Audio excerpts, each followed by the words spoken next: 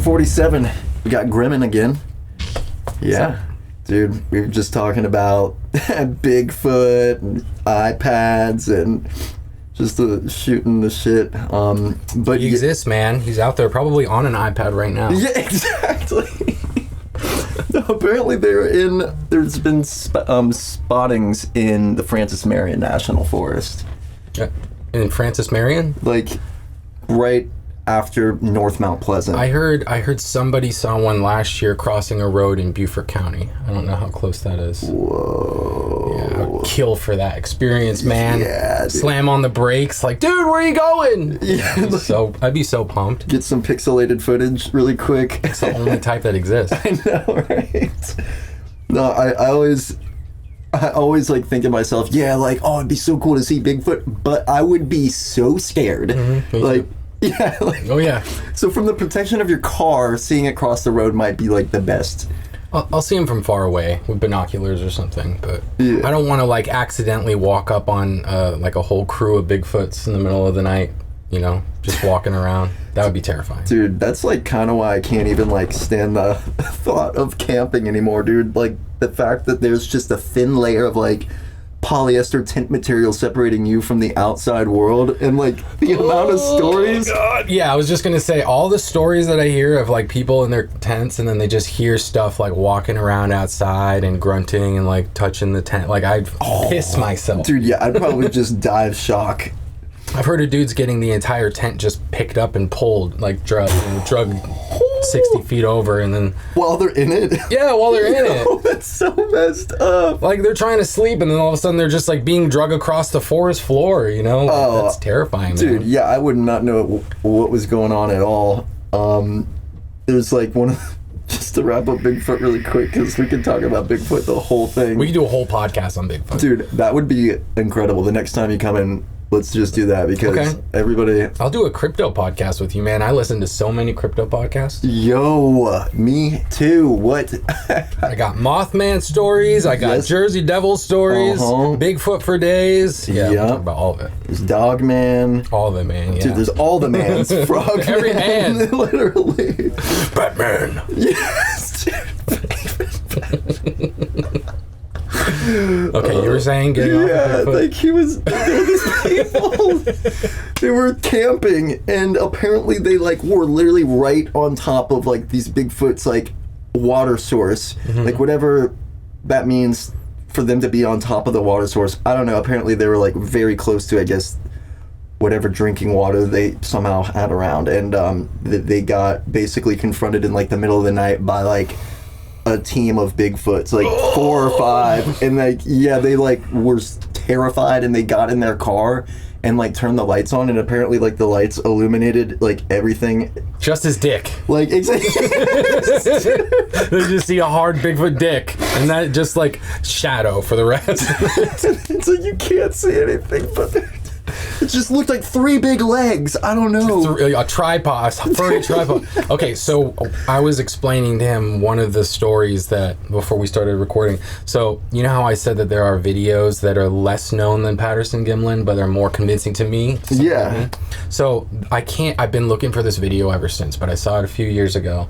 It was this grainy, dark footage. Apparently there was a Playboy bunny doing a shoot for like a calendar or something, right? And she had her whole crew of like Playboy like photographers in an RV, like a camper, and they were out in the middle of the woods in the middle of the night, and it was pouring rain, and the video showed they were being circled by something, and not just one something, there were like 4 of them, and they didn't know what it was, so they had the video camera out, because like they're Playboy executives and Playboy photographers, they have like top of the line video stuff. Yeah, it's the middle of the night and all their lights are off, and they're like following this thing that's walking around in the rain, and you just see this dude. It's huge. How do you see it if it's already dark outside? You just see the outline of something. You see a silhouette of something big that's not a person.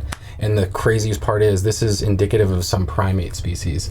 Their threat posture is a hard dick, if you can believe it. Are you serious? I don't know why. What the fuck? It's an intimidation tactic. Some weird. Some great apes and higher primates will get a hard dick when they're threatening some predator, And this thing had a fucking hard dick in the video. What? No. I swear to God, I don't. And this is the funniest thing. that. It's not the first story I've heard of Bigfoot having a hard-on. I've heard. What the fuck, I've dude? heard of people like coming up on a crew, like a troop of Bigfoot, of Sasquatch, and the main one, obviously the biggest one, has like a hard dick, and he's like pissing because I don't know.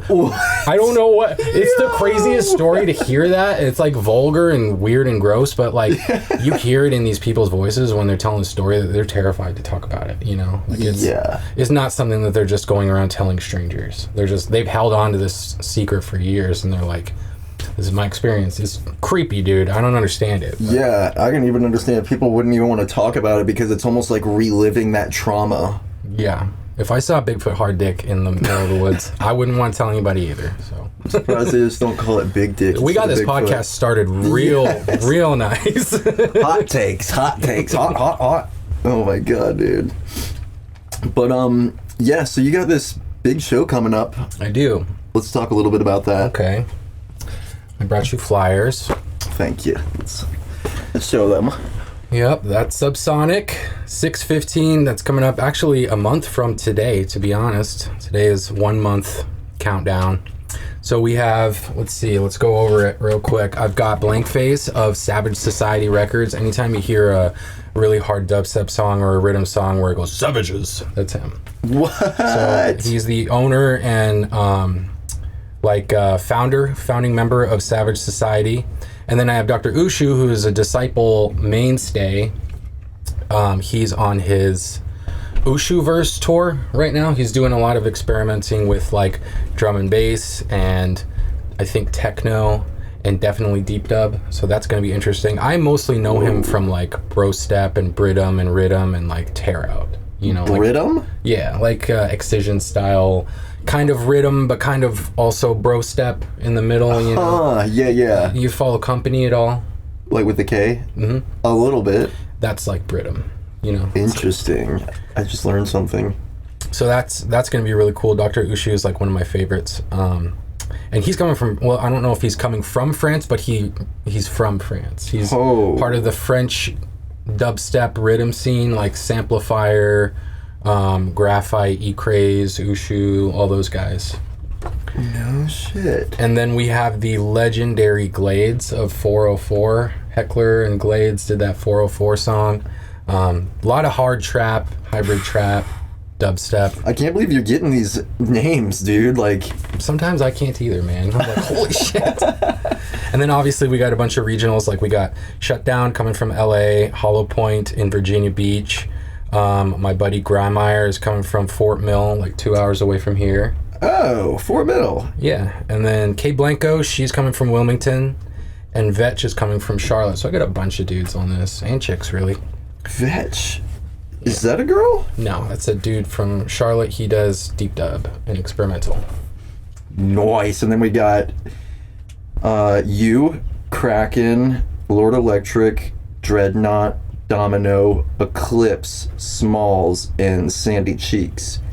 I feel like I haven't really heard about Sandy Cheeks. She's actually amazing. I don't know why more people don't know her name yet. I've gotten to see her play, I think, twice.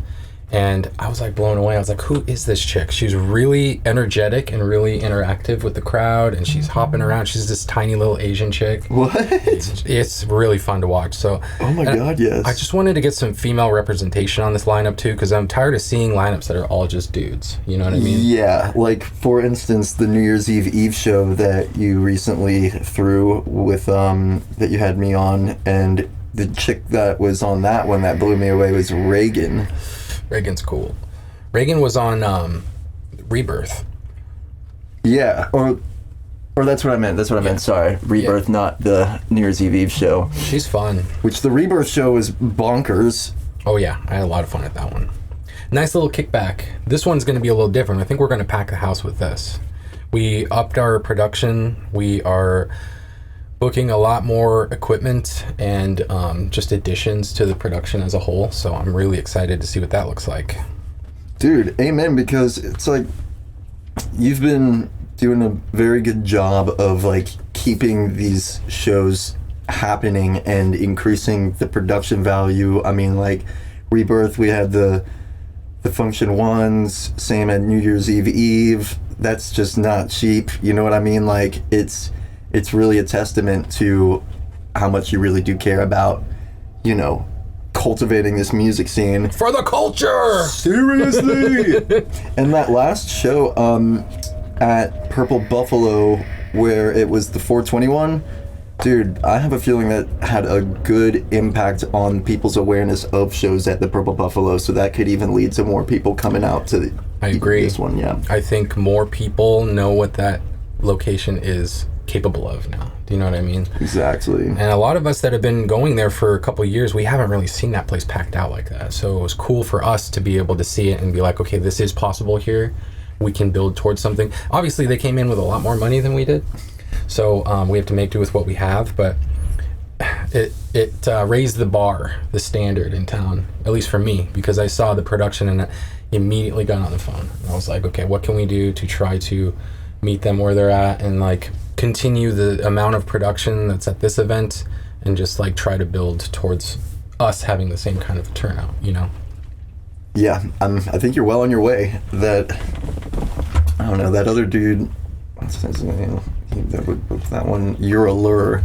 Mm-hmm. He's apparently, I don't know, I don't really know him that well, but yeah, it'd be. Have you gotten to meet him? Briefly, yeah, briefly. I'd be curious what y'all could do together as well. That could be cool. So, yeah, dude, it's like an astounding amount of entertainment. You're gonna have 2 stages, I assume. 3 technically. But oh snap! Yeah, in the cave as well. Yeah, we're gonna switch it over. Yeah, I don't want to have 2 stages in the courtyard playing at the same time. Were you around at Charleston Fest, Electric Fest, when they were doing the switchover? There was 2 stages very close by that were both playing at the same time. I think they were just switching over, but it was a lot, you know? It was a lot of sound, like, hitting you from both sides. It's weird, yeah. So I want to try to avoid that, but I don't want to have, like, a lull in our music outside, so I think we're just going to, like, immediately switch over. I'd love to just be able to keep the functions going all night, but the police don't really like that very much. So even though it's like there's not really seemingly any residential area back in that area. There's not. There are homeless guys that get upset and call the police on us. Seriously? Yeah, we've had it happen a couple times. They have phones? I guess so. Yeah, everybody has a phone now. You can get an Obama phone for free. It's like he ain't phoneless, but he might be homeless. That's unfortunate. We had one guy that was coming in causing trouble at the bar and causing trouble at the door, and we had to politely ask him to fuck off and leave. And then not 30 minutes later, we had police. Do you know what I mean? Like, dude, okay, wow. What was he doing? He was causing trouble with me just kind of being a shithead at the door, and I'm just like, come in or don't, man. Like, you can choose if you want. And he decided he wanted to come in, so he paid me, and I was like, here's your wristband. Yeah. Come on in. And then he immediately, I don't understand what he was thinking, but he went directly to the bar to find Dan and then showed Dan a picture of drugs on his phone. And I don't know if he was saying, I have these and I would like to sell them to you, or can you please help me buy some? But whatever the case may be, we don't entertain that shit in there. We are very serious about cultivating a safe, positive environment. Absolutely. And Dan got very upset, and he got upset with me, and I was like, I'm on your side, buddy. I'm right there with you. Yeah, you're like, don't be upset at me, be upset with me. I totally understand though, because I was like, I would not, if I had property and some guy was coming in and really risking all the shit that I built, I'd be pretty pissed off too. So, dude, yeah, who even does that? I don't know. I think something was fucking off with that dude that night. He was just in a weird, shitty mood, and he was just causing trouble. And when people come into the Purple Buffalo and cause trouble, like, we can't really entertain it. We just have to ask him to leave. Yeah, dude. So, well, that's on him. He could have had a good time. In Phoenix, I used to deal with 2,000 to 3,000 heads in a night, and so I'm very used to chaos, all the time, you know, like Jesus. we would have people like watching us at the door taking tickets and like taking money at the door, and people, you know, on 1 or 2 occasions I've had dudes just snatch the money bag on changeover and try to run, you know. What? And luckily we had security that we would pay to be there for just that type of situation. But yeah, it was crazy, man. You could never really tell. Yeah, with that many people and it just starts getting sketchy and stuff, dude. I can only imagine. So, shout outs to people who throw shows, and you know, it's a lot of responsibility. It's a lot of responsibility, it's a lot of liability, and it's a lot of money, dude. It's if I'm being honest with you, man, a lot of this year, that shout out Dreadnought, my fucking homie. He's my partner, TCK. Shout outs. I'm TMC Entertainment, he's TCK Entertainment. There may be there's talks of a project lurking in the shadows this summer of maybe a merger. So we'll see about that. Really, like a merger between y'all's two entities? I don't want to get too far into it right now, but that's a teaser maybe. But yeah, shout out to Dreadnought. He does a lot of the work with me on this, and like it's basically a passion project at this point. You know, the first year or two of a business, you're going to be like hemorrhaging a little bit of money, and you're trying to like break even and build yourself a community, and that's very much what this is. This is like for the culture. You know, I said it earlier as a joke, but this really is for the love of the game. You know, we want good shows in town, and there's not a lot of people doing big shows like this, so we just kind of want to do it for ourselves. Dude, by the culture, for the culture. It's not to toot my own horn, that's just where toot your own horn. Yeah, dude. Well then, tooty toot toot. Yeah. Just hearing you say that is funny. So yeah, that's Saturday, June 15. Y'all mark your calendar. Get your tickets. This is a crazy lineup. Hit me up on my Instagram. There's a link there. There's a QR code if you get your hands on one of these flyers. We got posters all over town. Tickets are still pretty cheap right now. They are going to go up. Early bird tickets will run out. Mm-hmm. And yeah, I will see you there, guys. Hopefully. Also, shout out to Station Underground. Yes. For a little takeover. And Coco. Yep. They work really hard to provide us with like a really entertaining and unique setup for our stages, so I really appreciate everything that they do too. Yeah, dude. They got their thing going on, and it's cool that it's like being able to know y'all personally, and that he is, you know, incepted his record label company, which is Station Underground Records, and that y'all have these entertainment companies, and that y'all really do come together in the best way. Like, have the Underground Records take over, like, the banner up, like, it's like they got all their merchandise and everything, and like all the artists, stretches and canvases and stuff. Yeah, dude, like I love seeing all that. It's really fun, like the checkerboard stretches and stuff. I don't know, it's really cool. And then visuals, dude, like Vista Visuals, who's on this event, he does great. I mean, like the huge projection mapping, it looks beautiful. And to be honest with you, it's not on the flyer because I'm starting to get the feeling that it doesn't really matter how much of the production I advertise. The people that are going to be buying tickets are not like only strictly coming to see visuals. Like they're mainly coming for the music, and like the production is going to be cool or it's not going to be cool. So I'm not focusing too hard on putting that out there for the public to read. But we are, like I said earlier, we're adding our production, and we're adding some more like hardware and equipment. So I have an outside group, Laser Wizard. Have you ever met Seth? Wait, Laser Catcher? Laser Catcher. Yeah. My bad, Seth. Yes. Laser Catcher. I knew a Laser Wizard in Arizona, so I always get their names mixed up. It's a cool name, both of them anyway. Yeah, we're going to be having the whole setup on the stage, the lasers, the screen, the projection screens behind him, and then Visser is going to be doing his projection along the building. So the entire place is going to be lit up. Yes, it's going to be so cool. That's what I like to see and hear about. Yeah, everybody's showing up for this, dude. I'm definitely sad that I can't make it. I did just double check my calendar. I was like, what exactly was it? And it's a wedding. Well, how long? Let's talk about this because I want you to be there. Yeah, I mean, selfishly, I'm like, well, let's figure out a way. What time? I can be there. Yeah, after like the wedding gets out. it's like That's I what I will was gonna be ask. able to, yeah, like, which we're usually out of there, like, last song is typically like 10 o'clock. Typically. No, I don't want you to be like, okay, last dance, quick, let's get this over. You know, Yeah. like rushing the wedding so you can make it to a rave. But if you After can make party it, at the Purple Buffalo. oh yeah, definitely do that. Throw out some of my flyers at the wedding. Yes, dude, that'd Maybe be we'll fun. go crash it. Maybe That'd we'll be go fun. wedding crashers.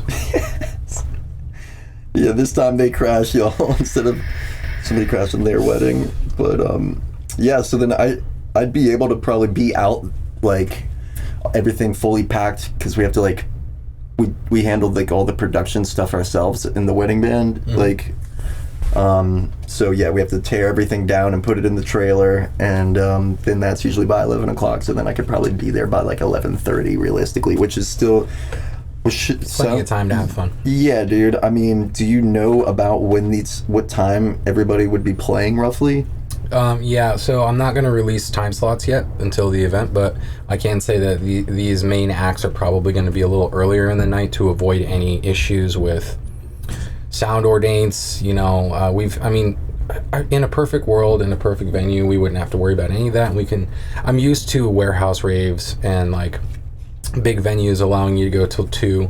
So I'm always trying to put my headliners on at 11 or 12. That makes sense too, dude. It really does. But with this place, we kind of got to work with what we have. So. Yeah, just completely understandable. And you know, I think that it's been kind of like going into that direction where for some reason I feel like years ago it was like the headliner will always be the last act of the night.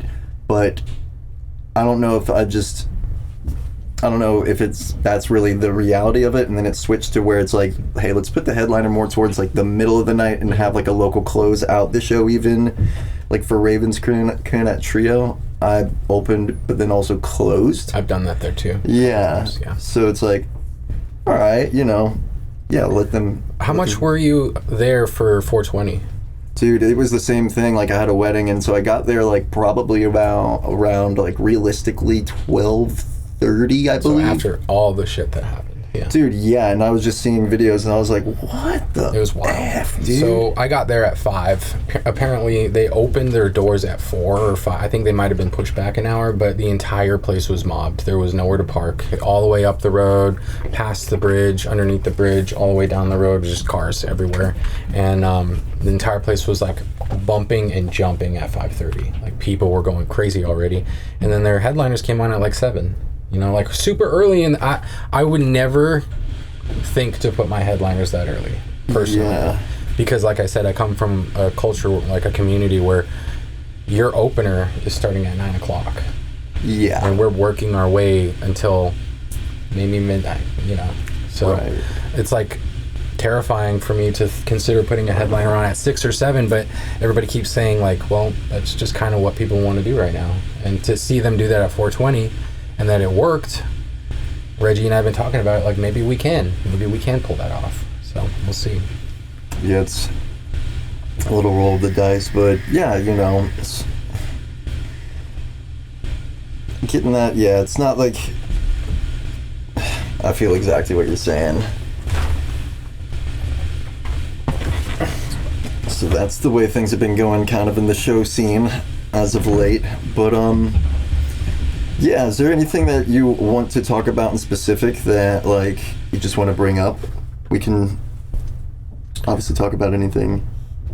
Nothing on the top of my head, really. I mean, I do have this showcase tomorrow night at Trio, and I remember the last time you and I talked, we were closing our episode, and I talked about my recovery, and you were like completely blown away. You like had no idea.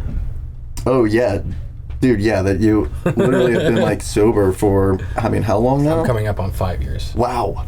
Yeah. Dude, that's mad props, dude. Thank you, buddy. Like, it can even be tough for me to go a day without having a beer. So, Oh, trust me, it was tough for me to go an hour without having a beer. So. damn. You would not have liked me very much. I'm like the fucking Hulk. You wouldn't fucking like me when I'm shitty. You know? You wouldn't like me when I'm drunk. Yeah, but honestly, all of the nice studio equipment you have in here, man, I would just play nice with you and wait till you turned your back for a little bit, and then you come home and all my shit's gone. Where'd Grem go? You know? What? No, but just because you're drunk? More than that.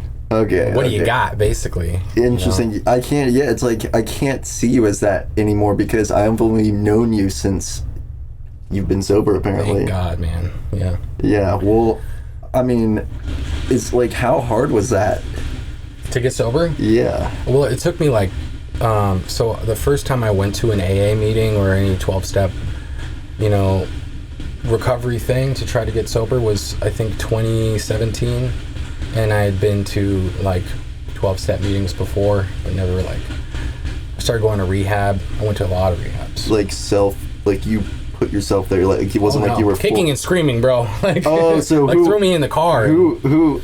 Anybody around me? Because like I've been doing these shows since 2008, 2009, and we really picked up and got busy in 2010 and. Up to, I started getting really hard into drugs in like 2014. So by the time I had like cultivated an audience and like amassed a following and gained the respect and trust of my peers in town and like made a name for myself, and then I started going down that path, I had a lot of people around me that were like trying to shake me out of it. Like, dude, what are you doing? Like, you're gonna blow all of this. Oh my God. Not to mention I had lots of family that cared about me. So like, of course. And I thought I had it all figured out, I thought I could do it on my own. Obviously couldn't. So it took me a couple years of rehab, going in and out, getting a little bit sober, and then falling down on my face again over and over until I finally figured it out. That's crazy because stuck. It's like you really gotta want that for yourself, and because I think otherwise it's like how else would you be able to achieve that? Like, because I get it, I've been in rehab like once, but it wasn't for substances. Oh, okay. Right, so like it was really because I foolishly said some things, even though I would never, let it be known, I would never do anything to hurt myself.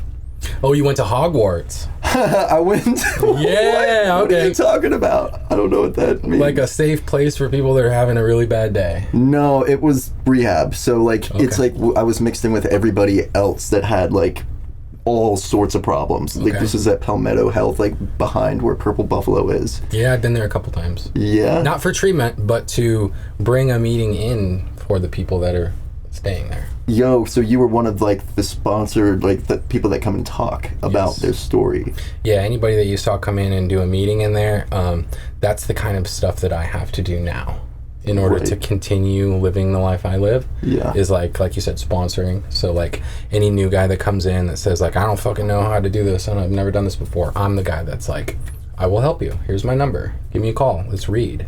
Let's talk about it. So. Wow, I got huge respect for that.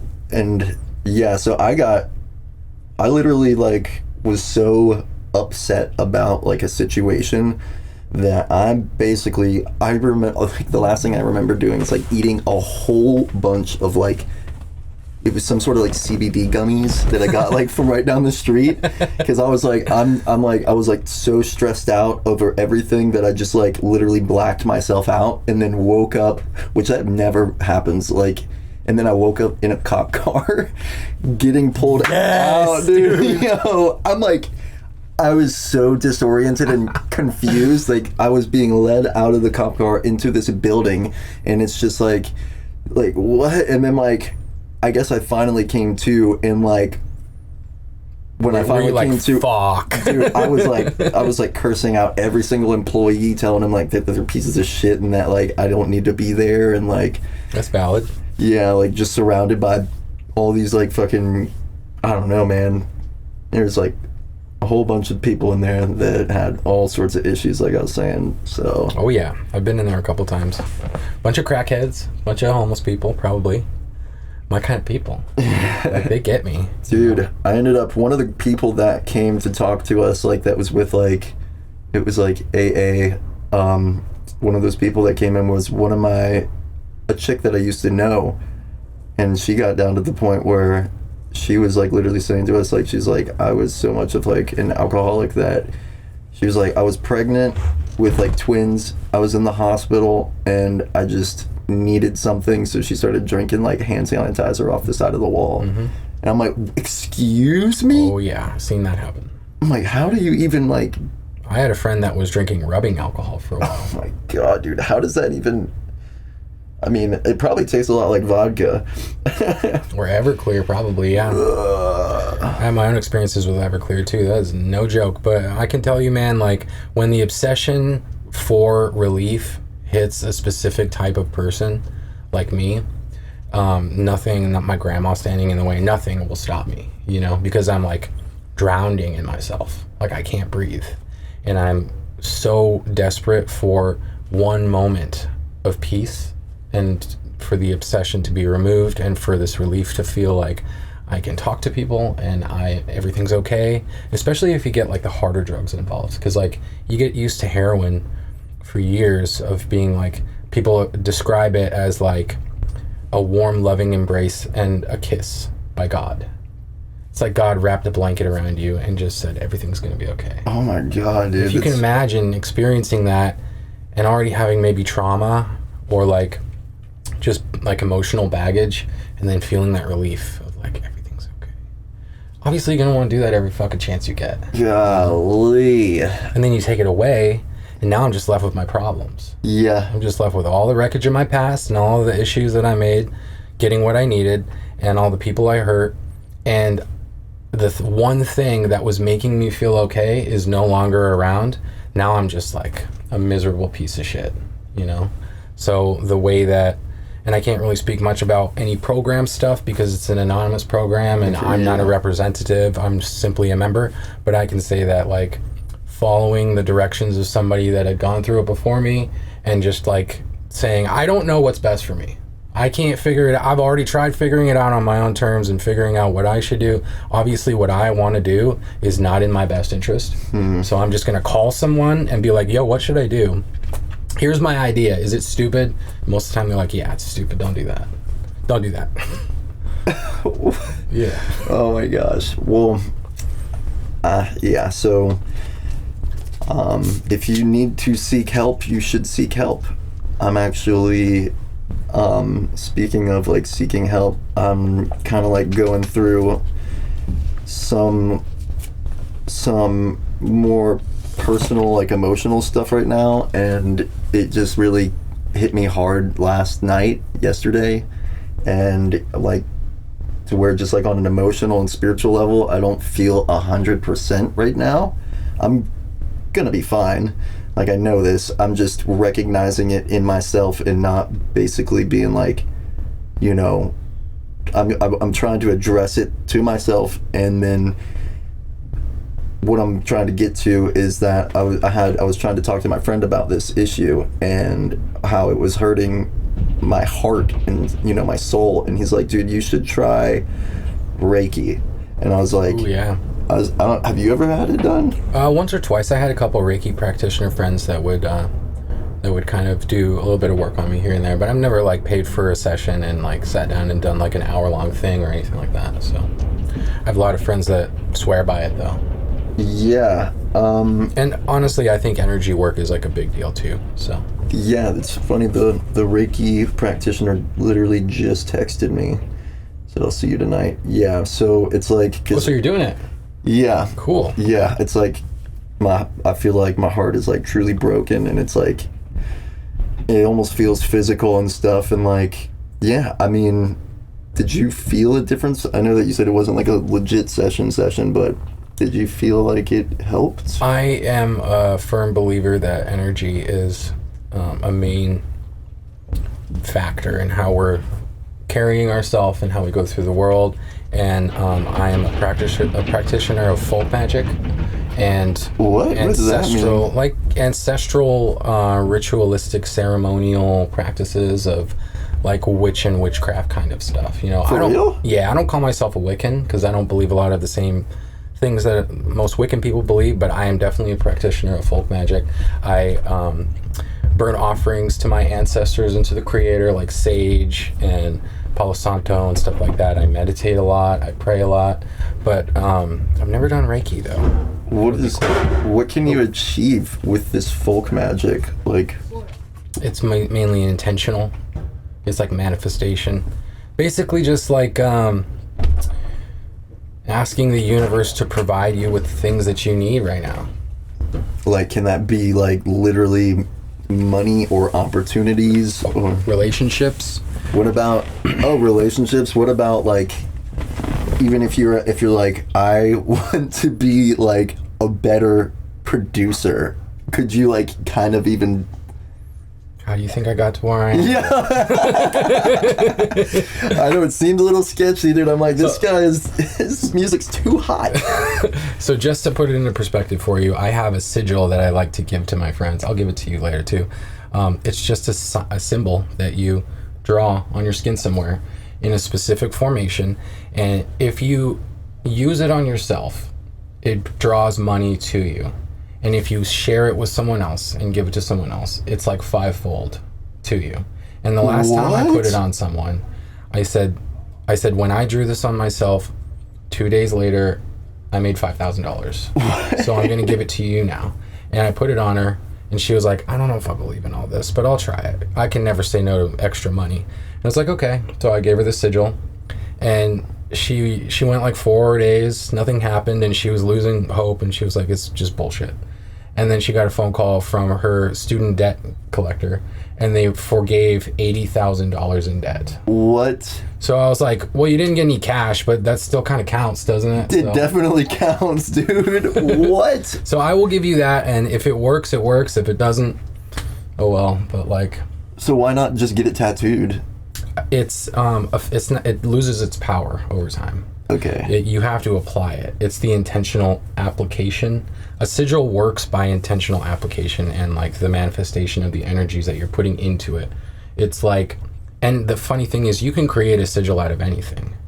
You can just make lines and dots in a formation and make whatever kind of symbol you want. But if you put more intention into the symbol, then there's more power around it. Okay. So like the way that I make a sigil is like, I write out a sentence, and then I scratch out all the consonants and just leave the vowels, or I scratch out all the vowels and just leave the consonants.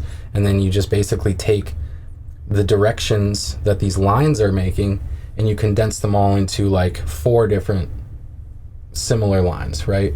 And then you can make like a triangle with a little dot, there's an I in there, so you put the I dot, there's an R, so you put the little curve down there. What? And you just make a symbol out of that, and then that's your own personal custom sigil that you've created out of your own intention. Oh my God! And then you imbue it with your intent. Exactly. So this almost reminds me of. So mine says I am protected, and that's what I put on my property. And it's like a symbol that I've created out of this sentence, I am protected. Whoa. And it encircles my property and my home. Oh my God. With protective energy, basically. You like draw it on a piece of paper and like leave it at each corner of your house? Chalk it at the doorstep. Ah. We do a cinnamon blowing ceremony at the 1st of every month. On the 1st, we take a handful of cinnamon and then blow it into the air, and it brings prosperity and wealth and positivity into your home. No shit, I've Stuff never like that. heard that, dude. Yeah, that's like all part of the folk magic traditions that my ancestors practiced hundreds of thousands of years ago. So it's like, it's not like what some people might think with the connotation behind like some magic. Well, I guess that would really be like black magic, what I'm referring to. I'm like, oh, like this person's practicing magic, like it's gotta be bad. Like devil, demon worship, yeah. Yeah, but you're saying, yeah, it's more or less the exact opposite. It's like just burning some sage and saying to the universe, this space is for creativity and positivity only, and no negative energy can reside in this space. And I only have space in my home for positive love and creative growth and all that. Put all the windows open and allow all the bad shit to float out while you're filling the house with love. That's amazing. What, dude? Oh, it reminds me, I actually got this book that got this book years ago. It's literally right here. It's called Real Magic, and I'm kicking myself for not finishing it. I'm literally like, I just stopped like at this much through the book, but it's utterly mind-blowing. I mean, Okay, I mean, like, blah, blah, blah, blah. What's a good place? Beginning with the brief history of magic over the centuries, what was called magic 2,000 years ago is turning out to be scientific fact today. Ooh, I like that. Yeah, right? A review of the scientific evidence for magic and a series of simple but effective magical techniques. The key is mental focus, something elite athletes know a lot about. Then this author then offers a vision of scientifically informed magic and explains why it will play a key role in exploring the frontiers of science. It's just like one of the paragraphs on the back of this book, but... The blurb. Yeah. That's cool. This is... I got tons of books on magic if you want to borrow any. We got a whole spiritual practice library. Cool shit. I love that. Once I get done with that one, which I need to go ahead and pick up again here soon because it's been years... Then I'll hit you up once I'm in the flow of... I like it. Reading. Life has been just kind of busy to the point where it's like, I'm not actually... I don't even really know how to read, actually. It's just there to make it look like I can. Yeah, I haven't read any of the books in my house. They're just up on a shelf. Here's my encyclopedia. Make me look like my IQ is on elbow patch. I feel you, though. Like, I have the music thing, and then the recovery thing, which takes a lot of my time, and then the work thing, and then the shows, and then trying to squeeze in family time and friend time. And girlfriend, make food, cook, clean, all the stuff for a relationship, and, like, Sunday is our date day, so, like, we try to make time for each other, and we do fun adventures and stuff. And then at the end of it all, it's like, how much time do you have for yourself, really? Dude. And so it's like the last 2 weeks I haven't even really touched the studio, which breaks my heart because I have this show tomorrow and I really wanted to have some new material to play, but I'm like, I don't fucking have any time to do anything right now. Dude, it's like, yeah, you kind of have to take care of, like, things in a priority list. Like, and sometimes, yeah, same here, like, where it's like, I'm so wrapped up just doing all these things, like, a month or even more can go by without even, like, opening a project, like a new project and starting a new idea, which, yeah, definitely, it's a bad feeling. For me lately, it's been new project after new project, but you ever, like, you're like halfway through, like, an idea, and you're like, this is all shitty. Yes, of course. I can't even hear it again. That's where I am. And, like, the turning point for me every time is, like, that moment where you find the flow and you're like, this is what this song is trying to tell me, For real, though. I can hear the song. I can hear it in this little skeleton I've made. I know which direction to take it. And I keep running into that space where it's like, is this the flow? No, this sounds like shit. Throw it out. Get a new one. And I'm just like, I keep restarting, and I'm just, like, blocked creatively a little bit. Yeah. Have you ever heard of the Muse? The idea behind the Muse? We might have even spoken about this before. Well, I'm aware of, like, the word muse. So it comes from this idea that if the muse is an actual being, it's a creative force, and if you meet the muse every day and treat it like a job, the muse will meet you back and meet you in the middle. So if I'm only randomly sitting at my studio once or twice a week at just different times, then the muse is going to be like, you're not taking this shit seriously. But if every day at 2 o'clock in the afternoon I sit at my computer and I'm like, come to me, muse, whatever you have for me, come to me, then eventually the muse will recognize that I'm treating this seriously, I'm treating it like a job, and then it will, like, appreciate that and allow me this creative force that I can tap into. This is like a universal energetic sort of entity, so to say. That's unbelievable. I haven't...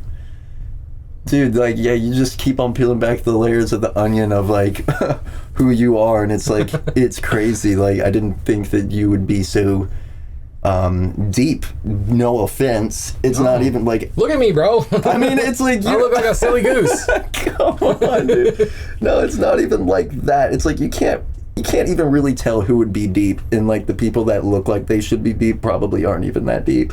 Yeah, maybe so. Like, I'm a wannabe shaman. Like, yo, you wanna smoke this sage with me?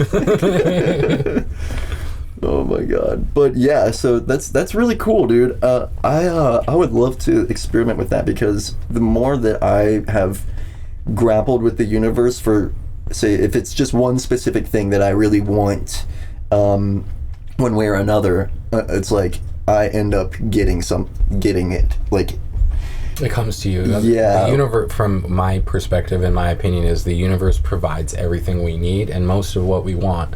And good things come to me. That's an affirmation. That's like a spiritual affirmation. It's like, good things come to me. The universe provides. I will have everything that I need. And if I work towards it, I can have everything that I want, kind of thing. Seriously, dude, my mom told me that good things come to those who wait. And today at work, banana bread, bro. Banana bread. Hell yeah! Hell yeah, dude. Hell yeah. Not getting paid a lot of money for doing work, bro? Hell no! Dude, what's the other one where, like, your fingernail, like, when you get a hangnail or something?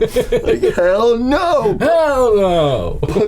But banana bread? Yeah, work, dude. I gotta rewatch that video, man. That's, like, it's just an instant classic. I didn't know if you saw it coming when I was like, yeah. Oh, no, I immediately knew my mom told me. When you said my mom told me, I was like, you motherfucker. This combination of words, dude. Yeah, because I don't know if you... My mom, though. That's a good way to sum up the spiritual, philosophical approach that I'm saying. Banana bread at work, bro. Banana bro. That's basically how you sum it up. Hell yeah! Hi. Oh my god. Yeah, that one just won't get old. So what about you? What do you got going on? Dude, it's been a lot of just like, you know... Of course, music, gigs, but, you know, life stuff in between is always one of those things that, you know, whether it be like just taking care of, like, you know, bills and like I'm still trying to close up this whole thing where I got rear-ended last year and my car got totaled, but like everything was like very complicated, like behind the scenes, like legally and stuff, and I'm still trying to like fucking just get all the ducks in a row for that, like, that's frustrating. Yeah, like working with my lawyer and trying to make sure that, like, it's been over a year now that this case has been like in litigation basically, and it's just... Are you getting a settlement? I'm supposed to. It's like, this is... I don't know, man. It's like, it's too complicated. Let me give you that sigil, bro, and then they'll close it all out right now. You know what I mean? I'll put that fucking sigil on you, bring me money, and then they'll be like, hey, guess what? Guess what, Phil? We just got the phone call. You're getting all the stuff that we said you would get. I sure do hope so. It's like, it requires things that I personally have to do as well, though, like, so that if I don't, like, say, call up Allstate and be like, yo, like... Allstate, I need, bro, like, good luck. Yeah, no, it's been a nightmare thus far. And so less on that, but things like that, you know, whether it be that or just another thing, like upholding relationships, talking with people, like, you know, trying to figure out the next collab track, like mixing and mastering for other people is a big thing as well. I make like beats for artists, and, you know, it's like I'm just trying to do like a lot more music stuff and like just make sure all the life stuff is like at bay as best as it can. And yeah, dude, like it's just something that I really care about, like this podcast as well, doing more for the podcast. I just scored I saw you did Juju beats. Yeah, that was a pretty big deal. Yeah, it was a big deal. And congratulations on that. That's cool. Thanks, dude. Yeah, I just landed a sponsor. Really? Yeah, so... That makes it real, man. I know, I haven't... This podcast is brought to you by BetterHelp. Yes, exactly. With BetterHelp, you can see a doctor you deserve. Oh, that's cool, man. Congratulations. Yeah, I'll let the cat out the bag. It's, I haven't received the products yet, but I've already devised the ad read, and it's this company right here, Zest. Ooh, Zest Vodka. Granted, it's an alcohol company, but... That's cool, man. It's a sponsor, yeah, so... Try Zest Vodka today. I hate hearing that come from you because you, like, went through the program and... No, what do you mean? I don't even... So the cool thing about the program, that I worked at least, is that I've been placed in a position of neutrality now. So I can sit down at dinner with all my family and friends, and they can have a beer.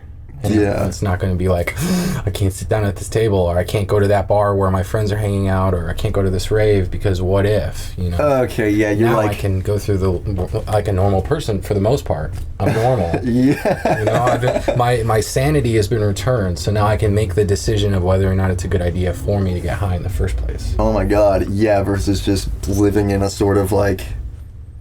Yeah, like when you start getting involved with substances and stuff, it can really cloud your judgment. Exactly.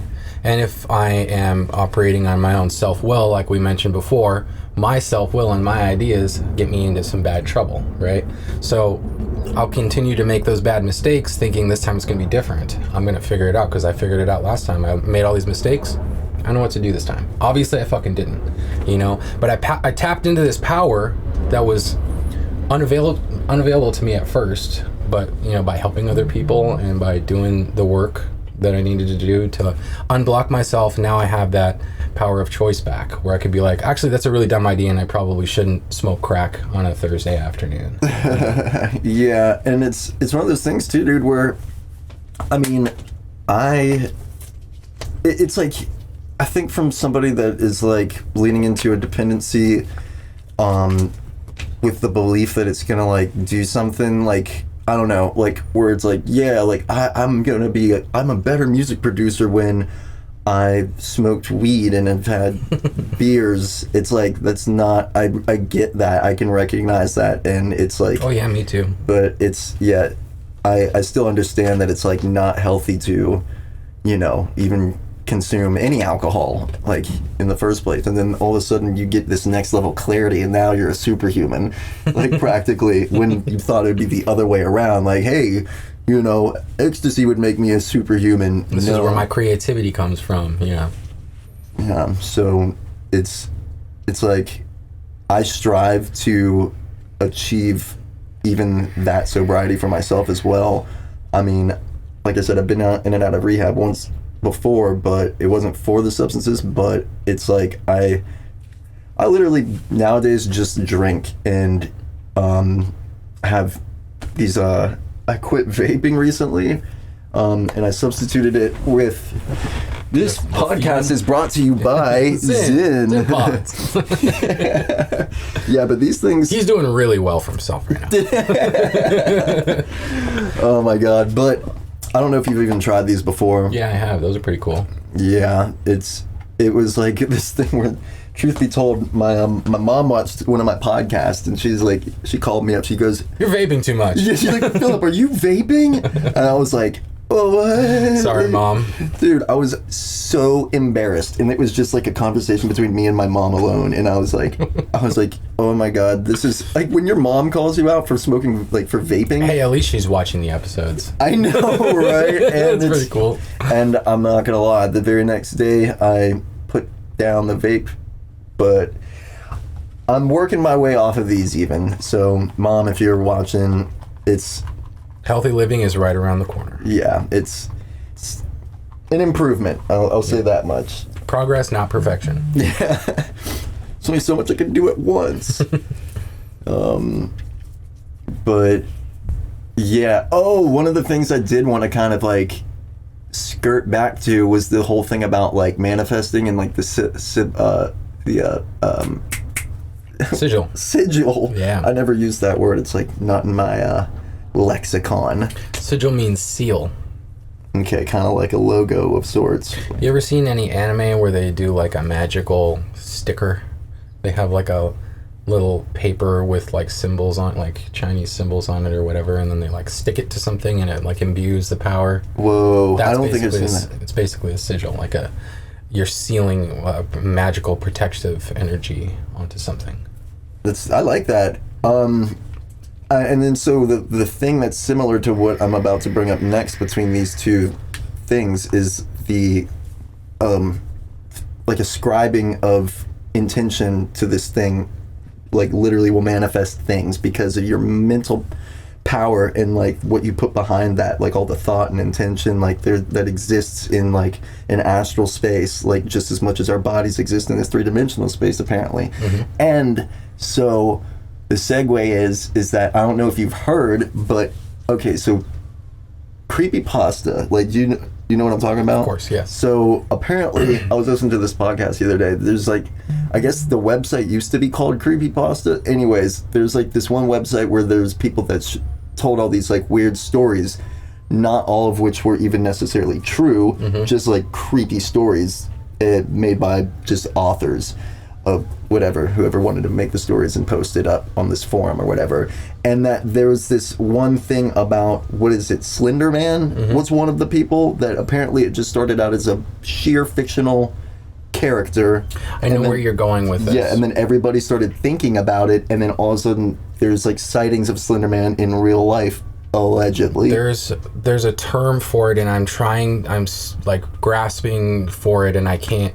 I know exactly what you mean. It's oh man, it's on the tip of my tongue. So it's basically when a collective group of people, thousands of people, are all thinking or talking about the same thing. It makes it real in our reality. Is that what you? Yes, exactly. Yeah. Yeah. Oh man, I very familiar with the subject, but for whatever reason the word escapes me. But I know what you mean. Yeah, I should know the word too. I wonder if they were saying it. There's this really good podcast called Metaphysical. And I think I've heard of that. Yeah. I heard it on a podcast called Mysterious Universe. Oh, you know Mysterious Universe? Or MU, bro. Dude, I want to be part of the MU verse so bad. I need to just go. I have their like paid premium version, so I get like the extended episodes and 2 episodes a week. Dude, is it not totally worth it? It's totally worth it. Yeah. I pay for it every year because I'm just like, I don't want to not have it. Yeah, I'm so close to pulling the trigger on that. I had a Patreon for this one podcast that I got started out with back in the day called Theories of a Third Kind. I don't really listen to that one anymore. I'm still paying $5 a month, but I kind of should pivot that to MU, Mysterious Universe. They do it through Patreon as well, right? As well as a bunch of other ones. Yeah. You pay for it, and then you get like the RSS feed in your podcasts app, and you get access to the longer podcasts. Dude, yes, they're... How do you think I know so much about Bigfoot, bro? Yes, I know, dude. This is what I'm saying. Like, and oh my god, like, there's a good one called Finding Bigfoot. I'm on that one. I stopped listening because... Sorry to cut you off. Oh, no, let's talk. So, the one thing I can't stand about Bigfoot experience stories is a lot of times it will delve into the Nephilim. Are you familiar with the Nephilim? I've heard about this Nephilim. Yeah. Like, about how they are, like, connected, like... It's a fallen angel from the Bible. So what's the story again about the Nephilim being tied to Bigfoot? They just think that Bigfoot is a Nephilim. They think that Bigfoot is a fallen angel from biblical literature, that he roams and wanders the earth because he's cursed by God, because he's a fallen angel or the offspring of fallen angels that mated with humans. And I'm just like, bro, like, we really got to talk about the Bible while we're talking about Bigfoot. Like, let's just talk about Bigfoot. He can just be a big monkey guy in the forest with, like, magical powers, maybe, but, like... Yeah, maybe. We go into, like, the story of Noah. I'm just like, yawn, dude. Let's skip to the next episode. Anytime they start going into that, and I'm like, oh, man. Yeah, that can get annoying for sure. But we... Dude, yeah, I mean, we can talk about Bigfoot all day. What was the one... We keep going back to Bigfoot. I know, I'm definitely obsessed. And, dude, me and Deslin, so I got Deslin, my best friend and my bandmate, into Bigfoot. And recently, and we went to go play a show up in Asheville, and I was like, this would be the perfect place for us to, like, take an afternoon hike around, like, the woods and kind of, like...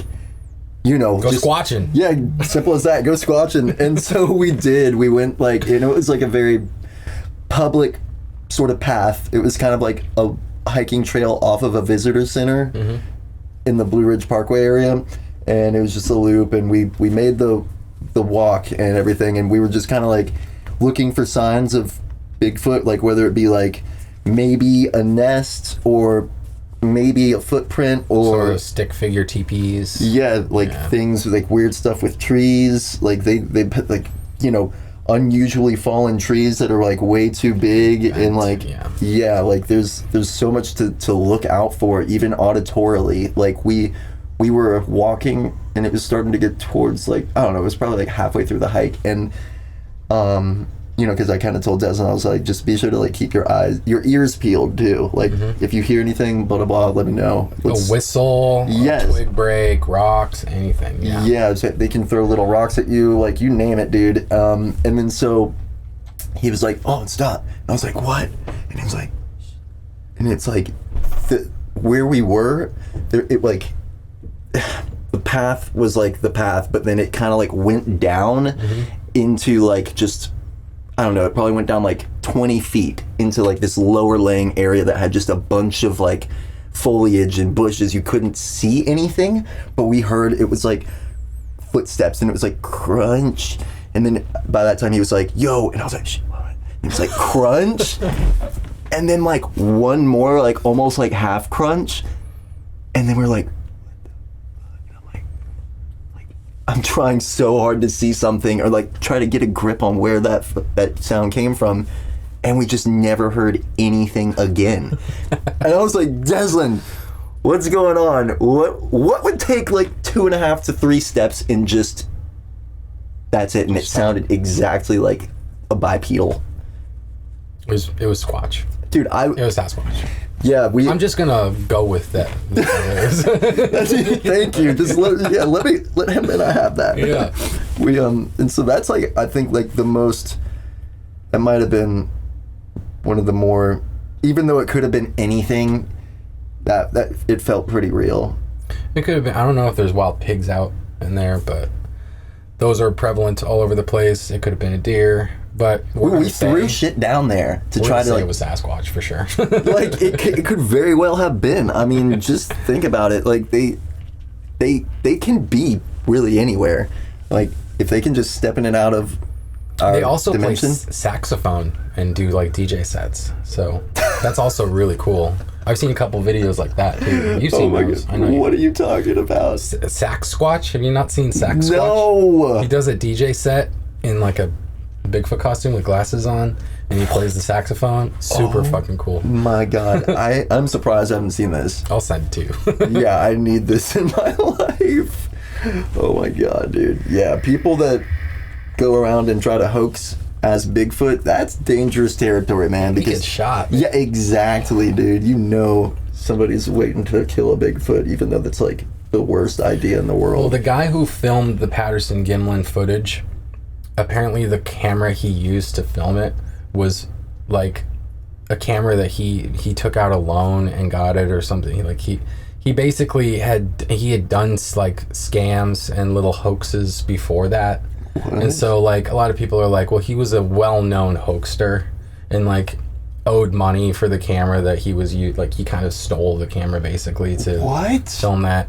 And the guy that he brought out with him on horseback that was supposedly with him when they saw it is like has come out and said that yeah, they did fake it. So there's a lot of people that are like, oh no, whether or not it's real or not real, or they've done like, you know, body scans to like try to match the footprints to see if a human being could do that, if they're capable of even walking like that. And there's like people that say that they are and that they aren't. So it's kind of up in the air.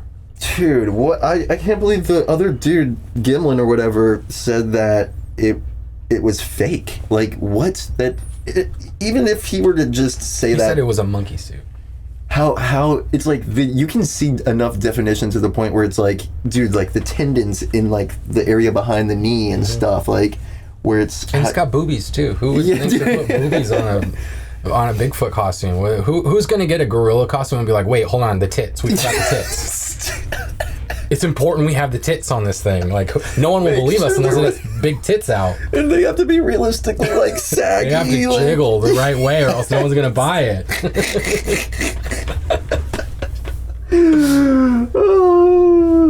This is... welcome back to the Bigfoot podcast. Seriously. But you do have that show tomorrow. I do. Okay, so that's at Trio. At Trio. It's you and Solid Alibi.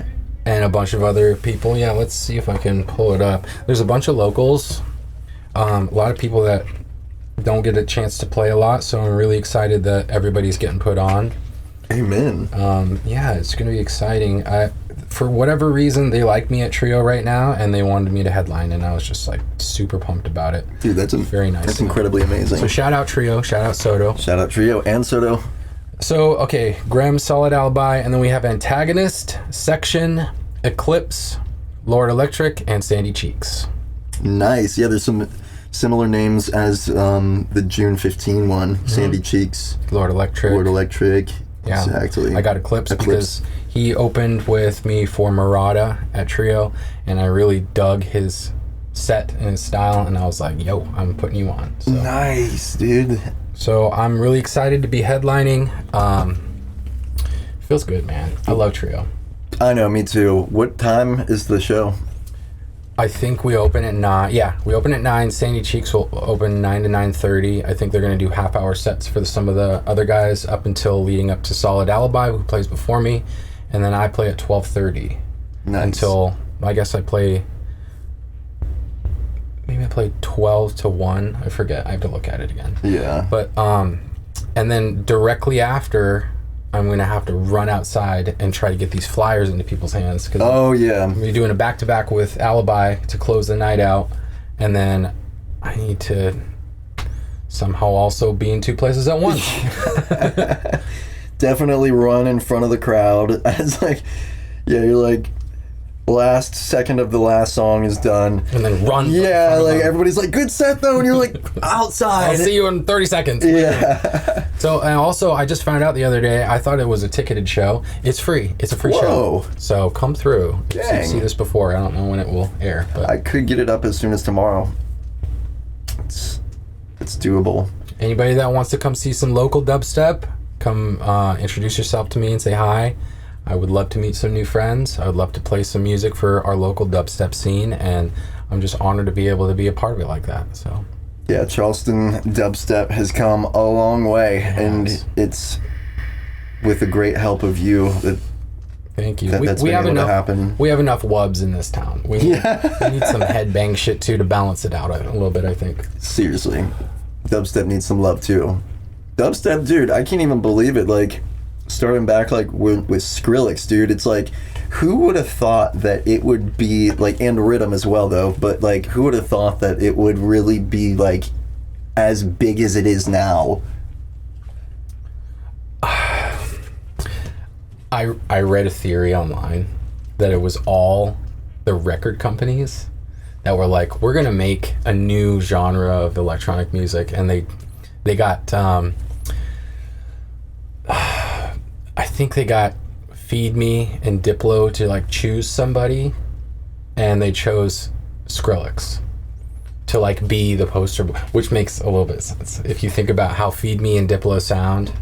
And Noisia was another one that they were like, okay, we're gonna let them, this is all speculation and theory, but they were like, we're gonna let them write some music and we're gonna say Sonny did it. And then he kind of went along and did, that's why Scary Monsters and Nice Sprites sounds like Feed Me and Noisia. And then if you think about the Jack U era, where it was Diplo, because he went off, he had disagreements about music. They sent him away to like write an album, and he was like, oh, my laptop's broken, I don't have it. But there's pictures of him on that trip with his laptop or with his computer. Wait, Skrillex or Diplo? Skrillex. And he just didn't want to do it anymore under that alias. He wanted to like go in a different direction with the music. And so and then from then on, he sounds like Diplo because he was getting all of his information from Diplo on how to write music. So that's why he sounds the way he sounds now. But Diplo doesn't do dubstep. Kinda. I mean, Jack U was like right in between. It was like Moombahton. It was like all of the forms of bass music, really. I really thought, like, dude, I was obsessed with Jack U for that album. Like, and I'm kind of upset that Febreze. Oh yeah, I should have Febreze on me. Yeah, of course. Nobody really makes like it's like music that sounds just like that. Like, it's just something like it's like colorful, fun. Mm-hmm. Like, they all had like their moods and stuff, and I was like, I mean, I love that record so much, dude. Me too. The thing that makes that era of bass music interesting is the mid-range. So before Scary Monsters and Nice Sprites and like that style of dubstep was really low heavy, you know? Yeah. They wanted to, apparently, this is from the theory that I don't know if it's true or not, but it makes sense to me. The big record labels were like, we want to bring dubstep into the festival circuit, but the festival circuit doesn't have the setups required to use for like predominantly low-end music. It needs to have a mid-range fill-in, because like dubstep at that time was like really subby and then like some hi-hats, and that's basically it, really. And they're like, that's not going to do well in a festival, so we need to like create a music that we can market that has that low-end fill-in with like vocals and synths. Oh my god, so dude! they hired Noisia and Feed Me and said, go pick someone out that could be like a cool poster boy for this movement. And then they were like, Sonny is doing all this music with like his band and people know him, and that's the demographic we want, is the scene kids, the emo kids. And so like, let's get him to come in and like do this whole thing, and it just worked out, you know? Dude, I've never heard that, and I'm curious, like, do you know, like, was this like on a very specific, like EDM.com, or like... It was just a thing I saw shared on Facebook walls. Some dude like wrote the whole thing out, and then people have been sharing it the last few days, and I saw it and I was like, I don't know the validity of this, but it sure sounds fucking true. Like, it sounds like, because it just makes sense. Yeah, dude. I mean, you're saying this is popped up very recently? I just saw it like 2 days ago. 2 days ago. Yeah. What? So what's more? Oh my God. Let's do Occam's razor here. What's more likely? Sonny Moore had a lot of success in the hardcore, emo scene, and just decided he wanted to pivot and do drum and bass and dance music, and just decided, I'm going to do this now, and then just like learned on his own to become Skrillex. Or it was a calculated effort to make money in our scene and to create and build something that they could market. Made by big record label. Huge label guy, like synth. label heads. Yeah, big synth, big dubstep. Yes, dude. I mean, it makes sense, man. I'm just asking questions. The truth is out there. One could speculate. Oh my God, dude. This is the Conspiracy Theory podcast. Yeah, dude. Music conspiracy theories. And Bigfoot? Yeah, dude. Oh my God. Like, even... I don't know if you've heard that Nicki Minaj's voice is really just Jay-Z's voice, but like pitched up. I've heard that one, and you know what? It sounds true. It does. It really does. And she's also Skrillex.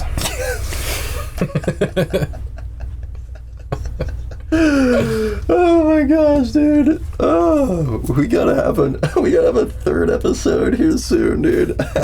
Okay, on the next episode, I will come with conspiracy theories, musical and crypto. Yes. And we'll just do a whole episode about cryptozoological fucking animals, monsters, aliens, ghosts. Panda bears aren't real. Ghost producers? Yo! That's the connect right there. I've never thought about it like that before. Wait, are they producers that are just like spectral, like ghosts at the studio? Oh, makes sense, dude. You walk into your room and there's like a ghost like on your laptop making a Ghostbusters remix. I'm just asking questions. Oh, that sounds like something that somebody from Ancient Aliens would say just to like... Ghost. Yeah. Oh my God, dude. Yes. Just yes on yes. I'm looking forward to that one. Me too. Let's do it. I'll dig in my bag as well for that, for good talking points around, conspiracies in music and ghosts producers and ghost producers. Yes. Cryptids that are producing. Bigfoot plays sax now. Legend has it the Mothman was sighted at a local festival. Dude, just say it, and then that way that more people will be you get like all these like crypto hunters at your next show. Yeah, we could find the Jersey Devil at Subsonic, who knows? Dude. There was a podcast talking about the Jersey Devil here recently, that it could really be like this thing, and that like a real like blood and flesh thing, and apparently like it was like the 13th child of this lady. Mm-hmm. She had, on her 13th kid... Let the next one be the devil. Yes, exactly. And then it just like became the Jersey Devil. Mm-hmm. It's kind of terrifying. There's lizard man. There's apparently lizard man sightings in South Carolina. I remember, not this past eclipse, but one of the previous ones.